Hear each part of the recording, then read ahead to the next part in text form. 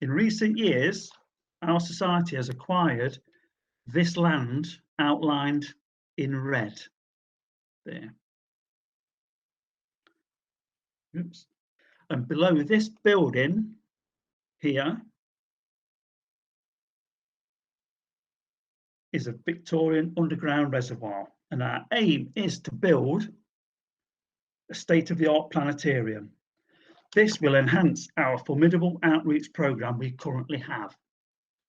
The bedrock of our new development will be to promote the understanding of science, technology, engineering, maths, known as STEM subjects, through the vehicle of astronomy. To bring this project to fruition is a big ask,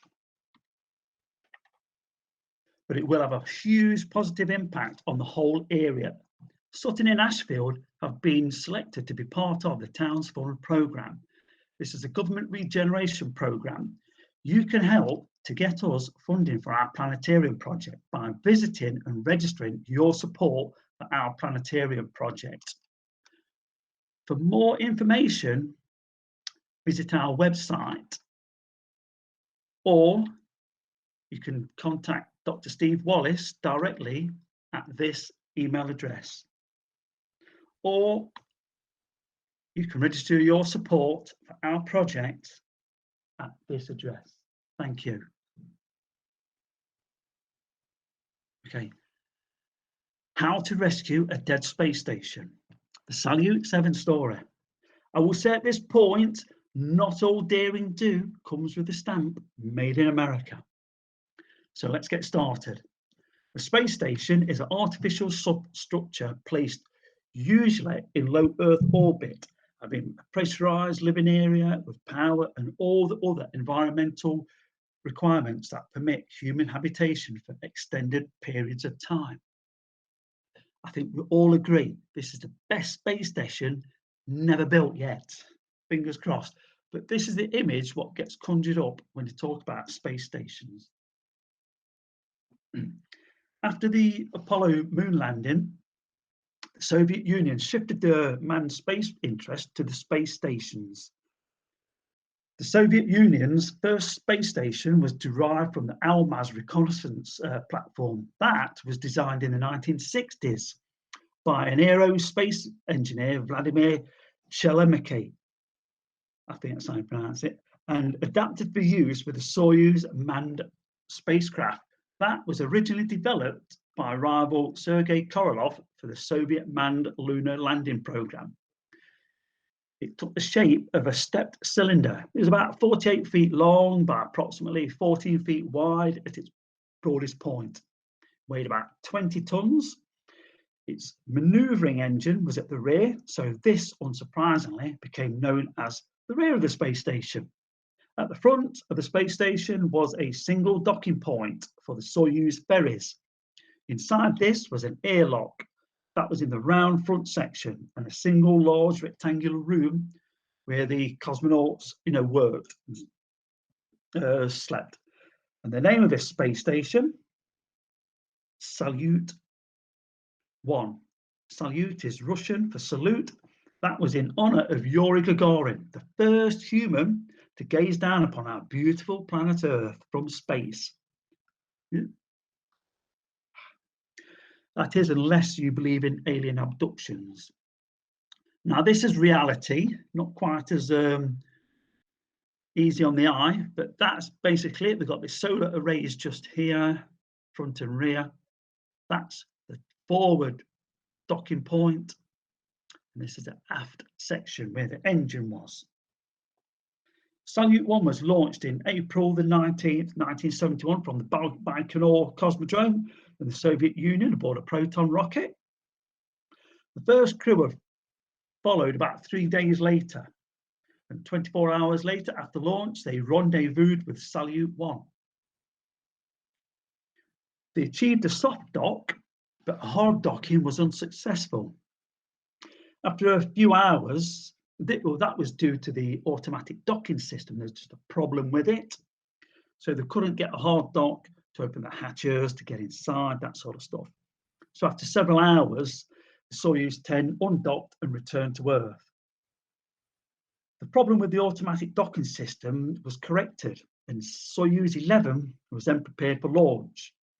This time, a hard dock was successful, becoming the first crew to inhabit a space station. The crew encountered a few problems, but were able to overcome these, and they stayed for 3 weeks, thus setting a new endurance record at that time. This was a great success for the Soviet Union, as at the time there was great rivalry between the Soviets and the United States. Soyuz 11 Soyuz 11 left Salyut and returned to Earth, but when the ground crew opened the hatch of the capsule, all 3 cosmonauts were dead. It was later found that a ventilation valve had become faulty, and it had slowly depressurized the capsule on re-entering. So the cosmonauts all asphyxiated. At the time, the cosmonauts didn't wear pressurized spacesuits. The changes to Soyuz couldn't be made in time, and Salyut was deorbited and it burnt up in Earth's atmosphere. This was a costly but ultimately valuable lesson to the Soviet space program, and this basic design would be a blueprint for all future Soviet space stations from Salyut, Mir, and even the ISS. The Soviet Union persisted, and Salyut 2 and Cosmos 557 were launched. Both of these, though, were never occupied for a variety of reasons: fuel leaks, not making it to orbit, that sort of stuff. These early follow-on stations, although they were announced as civilians, were in fact the Orbital Piloted Station Program, which is a code name for ALMAS. That was the military variant of the civilian space stations. This was suspected by the West at the time and confirmed by monitoring the radio frequencies, which matched the ones what the Soviet military used.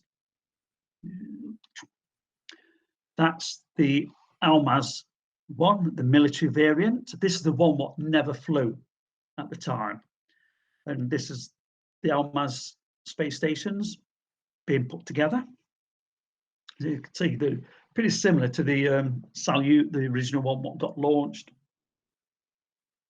The ALMAS program was in response to the American military manned orbiting laboratory program that was built up in the 60s, or planned for launch in the 60s. That was a way of the thinking at the time, that there's going to be these military outposts in space, spying on the opposition, the Soviets on and the Americans, seeing what each one was up to. But ultimately, that was very expensive. And later on, it was realised satellites with cameras, just as good, even better. No fear of anything happening to the astronauts or cosmonauts. With the moon landing at an end, the Americans had unused Saturn V hardware. So on May the 5th, May the 14th, 1973, NASA launched Skylab. I think we're all pretty familiar with it, about the problems it had with the solar arrays not deploying. This was a converted upper section of a Saturn V left over from the Apollo missions. The solar array on the left was the one what was freed off when they sent up a crew to repair it, and put the sunshade because it was getting quite hot inside. And the windmill-like structure, that's there, the solar arrays, was for this space telescope, solar scope in there. Did a lot of solar observing, that sort of stuff. Skylab was eventually deorbited on July the 11th, 1979, but not before it had been visited by 3 crews with a total of 171 days occupation, setting a then record at that time, while conducting solar studies and many experiments, including biomedical experiments and the effect of weightlessness on the human body, and plus testing a jetpack. Is that there? Must admit, when I first saw this, it looked like he's been transformed into a Borg for doing work on the jetpack. And I'm pretty sure And this jetpack was used on the shuttle missions later. I'm pretty sure we all can remember Bruce McCandless. God, he must have had a flight of a lifetime. Floating away, went quite away from the shuttle at the time. I do recall that. So what followed for the Soviets was a series of space stations, Salyut 3, 4, and 5.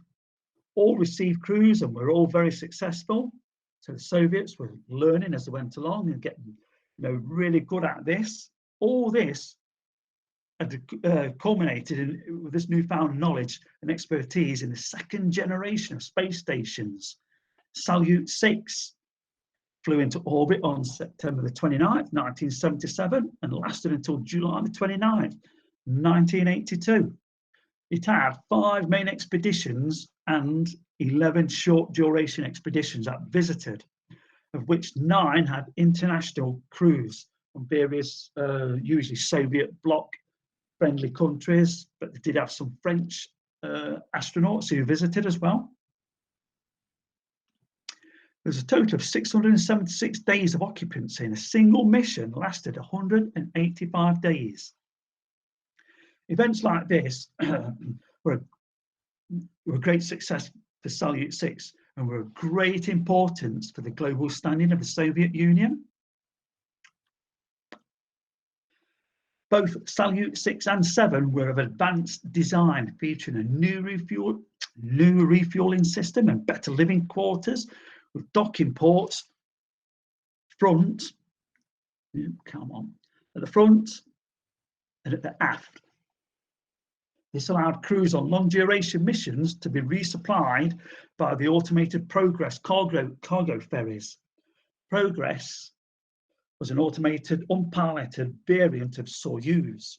It can bring supplies, food, water, propellant, equipment that the space station needs, that sort of stuff. All this while this Soyuz was still attached to the space station. What this did, it allowed visiting Soyuz crews to arrive and the returning crews to use the older Soyuz that had exceeded its then operational time of 3 months and return, leaving a fresh Soyuz. This diagram of Salyut 6 and the general layout and the construction is very similar to Salyut. There's minor differences, but they're just small upgrades, but pretty much that is how Salyut 7 was.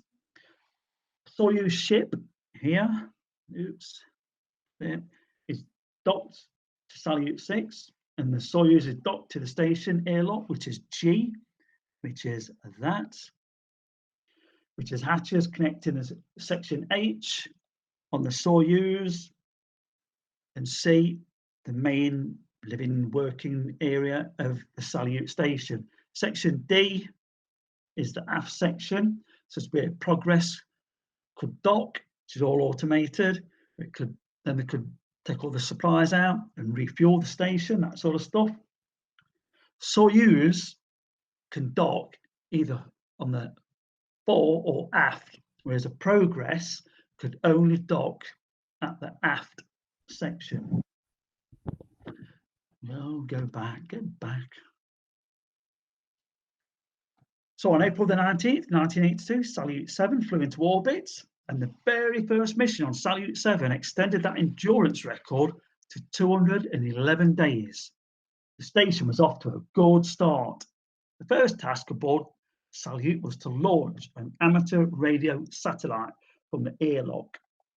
This gave the Soviet Union a great propaganda coup, because the Americans, with their new fancy space shuttle, were planning to launch 2 satellites from the space shuttle later that year. But it wasn't all plain sailing. There are a series of problems that did occur, including a very serious fuel leak, resulting in a series of spacewalks. And I believe this is the first female spacewalker, Svetlana Savitskaya. That's it. And that's her with a helmet off. I think that was the first female Russian in space since the Valentina Tereshkova. The leaking fuel line was eventually fixed, but only after a special tool was delivered. And this repair at the time was the most complex ever made during an EVA. But this good fortune wouldn't last.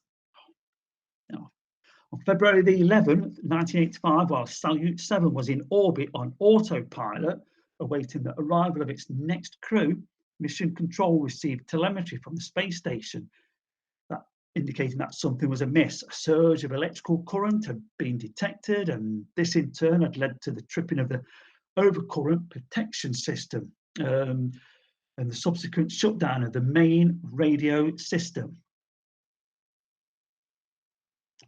The backup radio transmitter kicked in and was activated, so Mission Control weren't immediately concerned about the safety or staying in control with the space station. So mission controllers at that time were coming to the end of their shift, so they decided to leave a note for the next shift to inform them, or to ask them to inform the specialist at the design bureau for the radio and electrical systems. Well, after all, the specialists, they should know what to do. So that was the intention, was to let the specialist know so they could interrogate the system and formulate a plan to get the main radio system back up and running. But for whatever reasons, that note never made it to the specialists. The very next shift decided to try and reactivate the primary radio transmitters, and of course sent the appropriate command. At this point, when I say no, don't, you know what's going to happen. A bit of Apollo 13 here. Instantly, an avalanche of electrical shorts tore through Salyut 7, disabling the radio transmitters and receivers. On February the 11th, 1985, Salyut 7 fell silent. Mission controllers were staring at a disaster. What to do? There's a lot riding on Salyut 7. At the time, the only space station, and the Soviets were having really good results from their space station that literally led the world. Salyut 7 could be abandoned and just wait for its successor, Mir, to come online, which was slated to launch in around a year's time, but that was, at the time, running behind time. But that would mean losing a significant amount of scientific work, engineering, tests, and just as importantly, admitting defeat would be a huge embarrassment for the Soviet space program.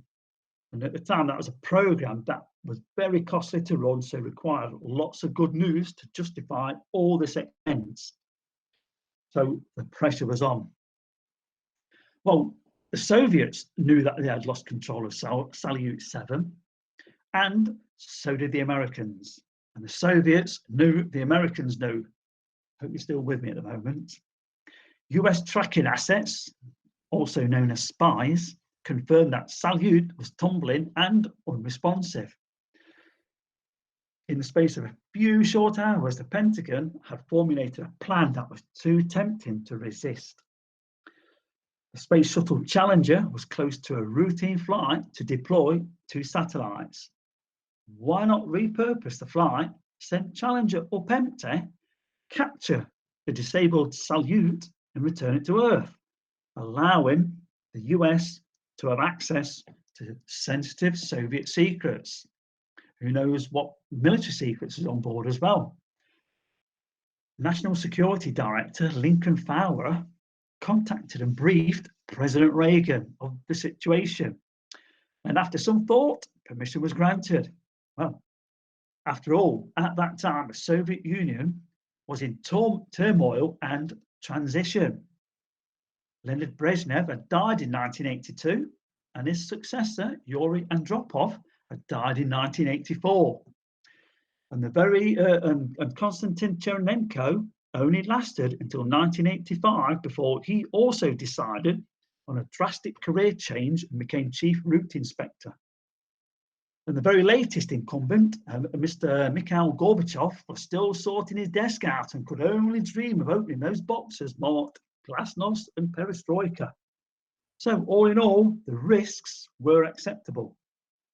But the Soviet suspicions were raised when 2 French astronauts were chosen to fly on Challenger, Jean Charitier and Patrick Baudry. Both had trained in the Soviet Union for short duration flights to Salyut 7. Cheritian had flown to Salyut 7 in June 1982. The Soviets smelled a rat. The Americans had form in helping themselves to Soviet hardware. There. The Hughes Glomar Explorer. In March 1968, going back in time, the Soviets lost a nuclear attack submarine in the Pacific Ocean, as you do. The Soviets may have lost it, but the Americans found it. And with the help of a cover story involving a reclusive billionaire inventor and a quest to retrieve manganese nodules from the ocean floor, they actually retrieved part of the Soviet submarine from 3 miles down from the ocean floor, literally from under the Soviet Navy's nose. And that's what it looked like inside. I think you'll agree that's a proper James Bond grab. Well, Ivan was in no mood to let these damn Yankees have any more of their hardware. This was Cold War paranoia at its best. The Soviet High Command gave the green light for the Salyut rescue mission, so it was game on. Well, the first problem is to sort out how to dock with Salyut, because it was all automatic. Normally, when it was in the safe mode, no cosmonauts on board, it orbited in this attitude, like the docking fore part, pointing down towards Earth, sending and receiving instructions, sending information, receiving information, that sort of stuff. And when there was a Soyuz launched, all this telemetry would be passed to the Soyuz, which then would alter its trajectory to get into the same orbit as the Salyut. And when they got to about 25-ish kilometers, the automatic approach phase all kicked in. So that's where it would literally talk to each other. It's called the Igla docking system. Igla's Russian for needle. And they'd be given all the relevant information. They can get up really close and personal and get on the final approach and swing round and dock.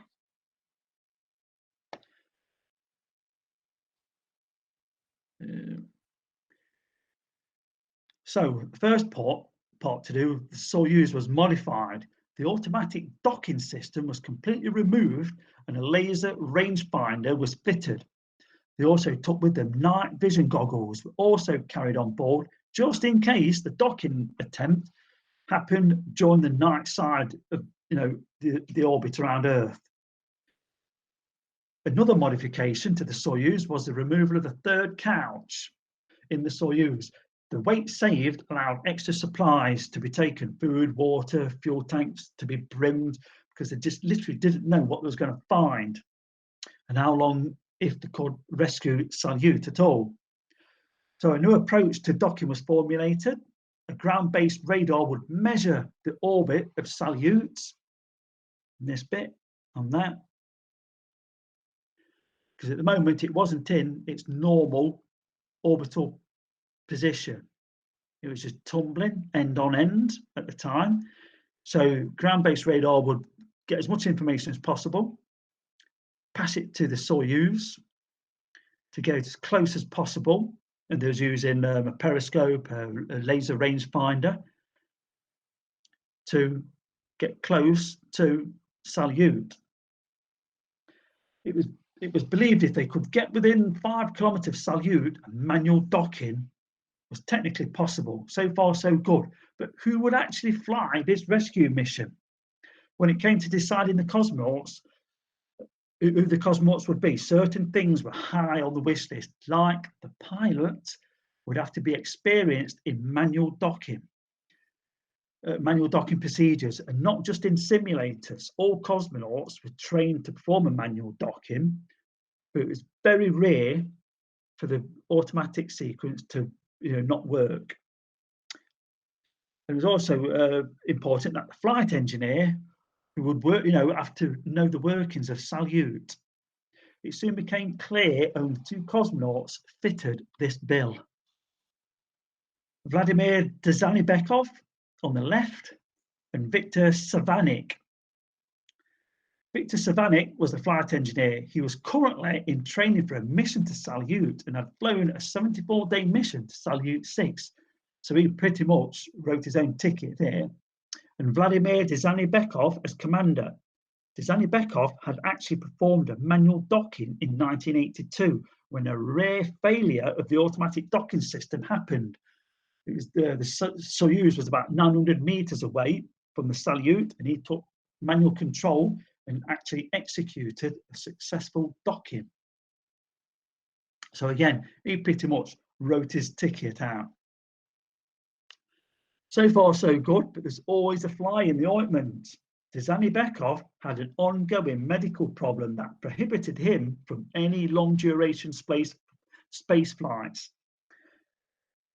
So he was promptly handed over to the medical team, and following several weeks of tests and evaluations, he was passed as flight ready. So they'd got the team, so they set about training, trying to go through all the various procedures, what they might find, what they might encounter if they was able to get on board Salyut.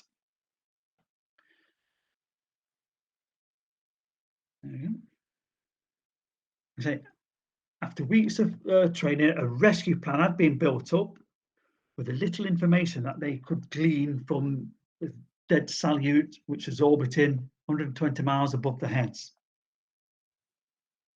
So eventually they was ready to go. This is the cosmonauts ready to board the bus.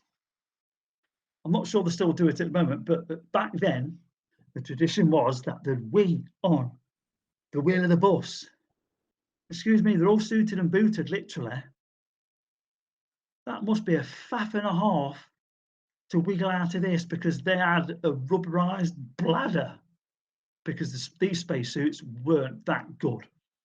And one of the reasons they didn't want to abandon Salyut 7 is they had a new spacesuit which they needed to test out and stuff like that. So it's really important, ready for Mir, because that would need building up various segments, what was going to be launched. So again, that was one of the reasons behind they didn't want to just abandon Salyut. So I'm not sure they still do that tradition, probably so. Anyway,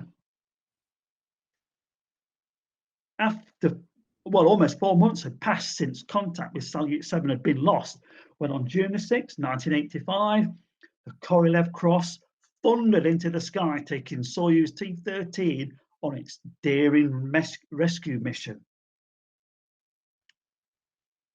So the chase was on. Soyuz T-13, but in orbit, chasing down Salyut 7. 2 days later, Salyut came into view, and this is what they saw. I'm pretty sure you're impressed with the quality of the picture, like I am. And this is Salyut 7, the view the cosmonauts had. And when they was approaching it, they was doing a live video stream to mission controllers so they could try and glean a bit more information if possible. Soon became obvious there's a major problem with the solar arrays, that they weren't parallel, indicating a serious problem with the system that orientates them towards the sun. Soyuz did a fly around Salyut to see if it was still intact. It might have been struck by space debris, that sort of stuff, causing a depressurization, but no obvious damage could be found. Soyuz slowly matched the rotation of the Salyut, the crew using a handheld laser rangefinder to aid them, slowly, cautiously, and with a growing realization of the enormity of the task that awaited them, they continued their approach. After what seemed like an eternity, we have contact. We have mechanical capture. Savinik informed ground controllers. This docking itself was a major achievement by the crew. But the crew received no acknowledgement from Salyut. Their information screens in Soyuz remained devoid of a condition on board Salyut 7. Had there been a fire on board? Had a decompression happened? It was literally impossible at that point to say. There was a total of 3 hatches stood between the crew and the main working area. So began the perilous job of equalising the pressure between Soyuz and Salyut. First, they would have to open the Soyuz side hatch and then open a small porthole on the station.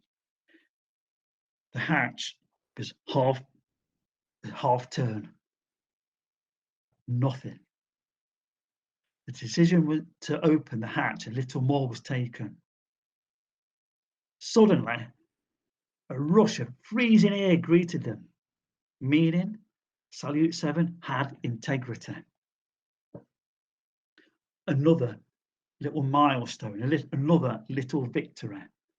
Armed with torches and handheld air quality detectors to check for any poisonous gases that may be present, the cosmonauts saw what the cosmonauts saw on entry, when entry was eventually achieved, was literally a winter wonderland. Frost covered the interior of Salyut. The space station had been subjected to conditions it had never been designed for. Although the problem appeared electrical in nature, any number of environmental systems could have been damaged beyond repair. Having gained entry to the main working area, the cosmonauts called it a day and returned to the relevant comfort of the Soyuz space capsule. A mission limiting factor was water. The Rodnik water supply system on board Salyut was frozen solid. On board Salyut, they had 8 days' supply. If they used the emergency water supply, Salyut, and rationed their use, it could be stretched to say 12 days. If Salyut couldn't be reactivated in that time frame, they would have failed and they have no option but to return to Earth. Clock is definitely ticking. Though the air supply was safe, with no ventilation system working, the cosmonauts' own breath could accumulate around them, leading to a dangerous buildup of carbon dioxide.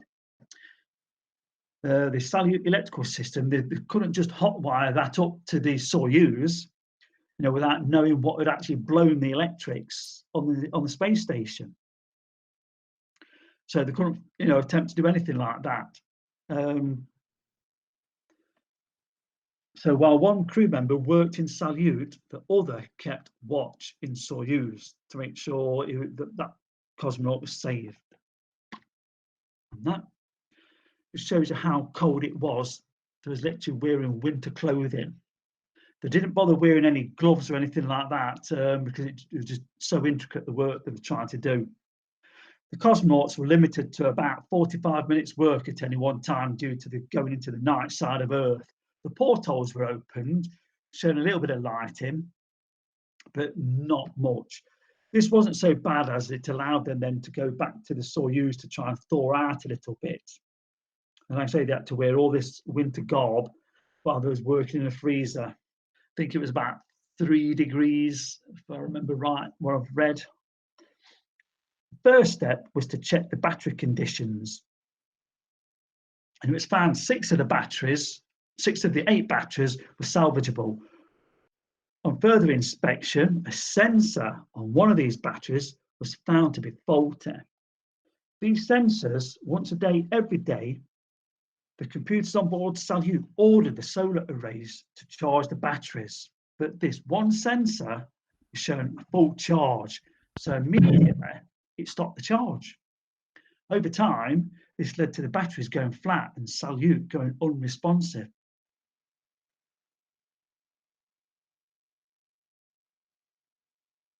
A temporary system of cables was run from the solar arrays to the batteries. Soyuz was then used to maneuver the space station so that the solar panels were aligned with the sun. Over the course of the next day, cosmonauts flicked the light switch, and much to their relief, the lights came on. And during the next few days, the batteries came back to life. During the following days, they set about checking and testing various electrical systems, eventually getting to the point where they was able to switch on the ventilation system. This allowed both cosmonauts to work together.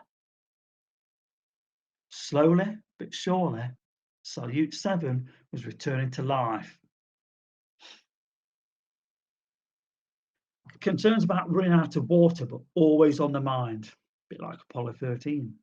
On mission day 7, communications were re-established with Earth. This allowed the automatic docking system to be tested. This was a really critical point now, what was at. This would allow Salyut to be resupplied by Progress. Really the only way to bring enough supplies, in the quantities that was needed for Salyut, whether it's to repair it or for any future missions. The wall heaters in Salyut were only tested and turned on once the frost had evaporated. That was lessening the chance of any water entering the equipment. And finally, mission day 10, 2 days after the water supplies were supposed to run out, Rodnick, the main water supply, came back online. And soon after that, enough systems were back up and running that the mission could be extended.